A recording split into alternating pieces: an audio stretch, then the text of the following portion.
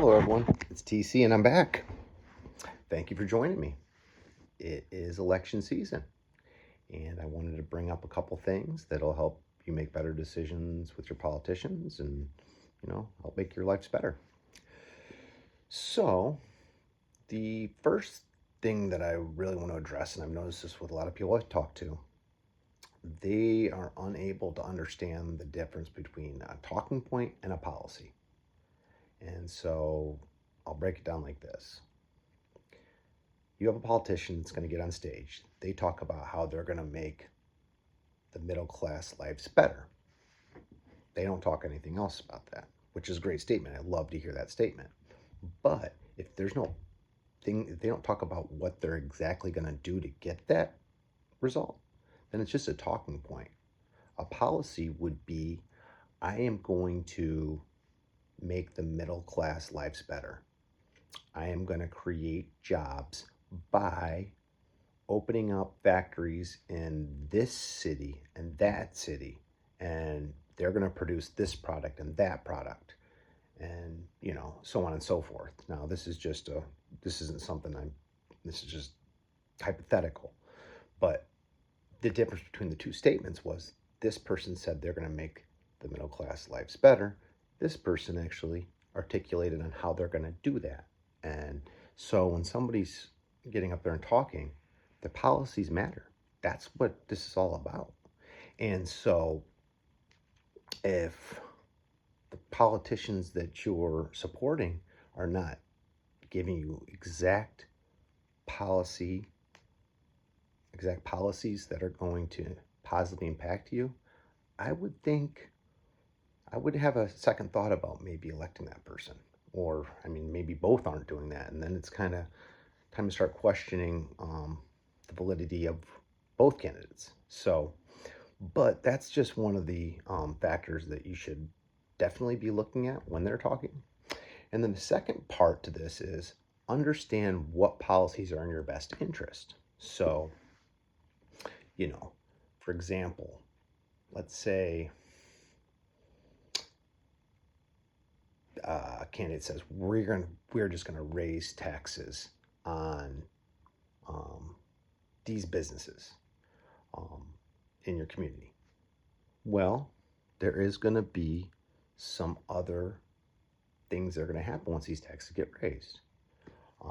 The companies are going to have to get rid of employees, some, if the taxes are substantial. They're going to have to raise their prices. And so there's going to be impacts to certain things that are happening. And so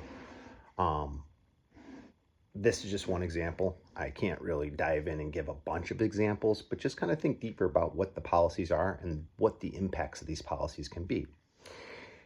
And another thing that I find to be very, very difficult for most people is to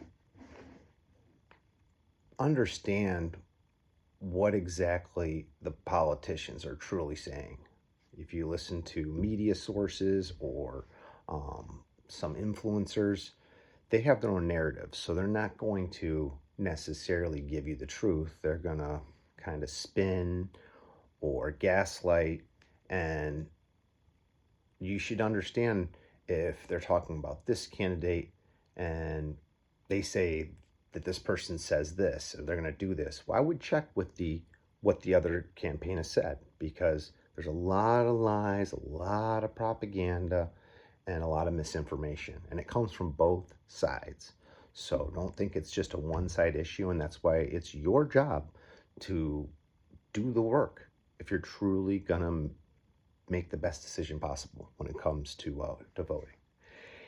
And the last thing I want to dive into here is with current politicians when they're running for re-election specifically, you really need to evaluate their performance and make sure that what they said they were going to do, they did.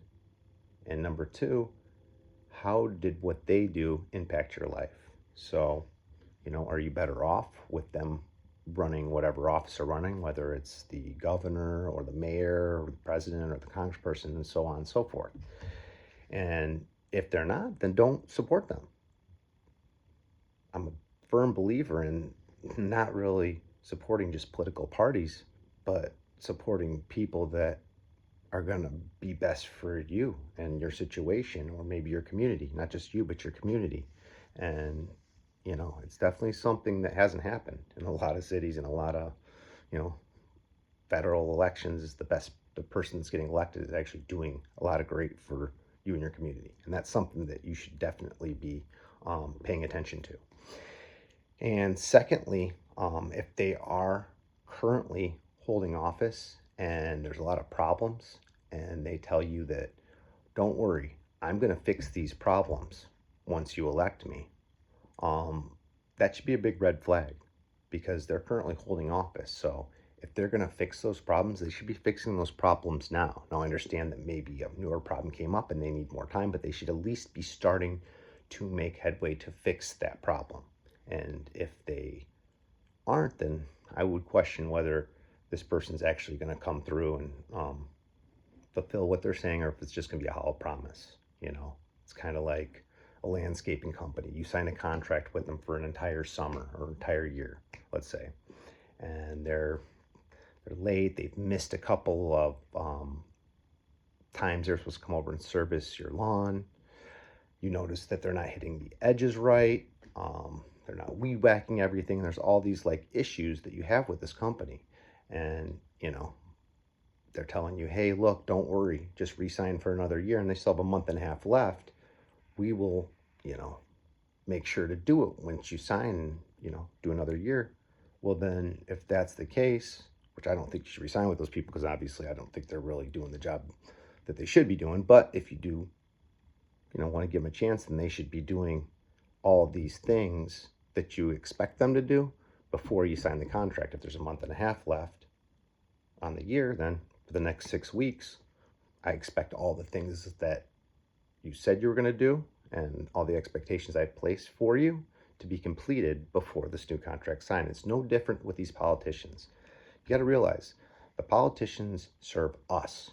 We do not serve them. I know sometimes the way they talk and the way they act, you would think that, like,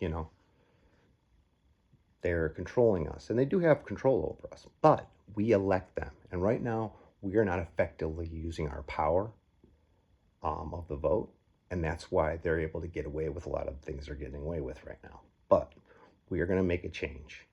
And the next video, we're going to talk about accountability and how we can actually make strides, positive strides, to actually holding these politicians accountable. So, in any event, I wish you all the best. Please leave some comments. Let me know what you're thinking. If you have any ideas or suggestions on how we can do things better, please. I always love feedback. But in any event, have a great one.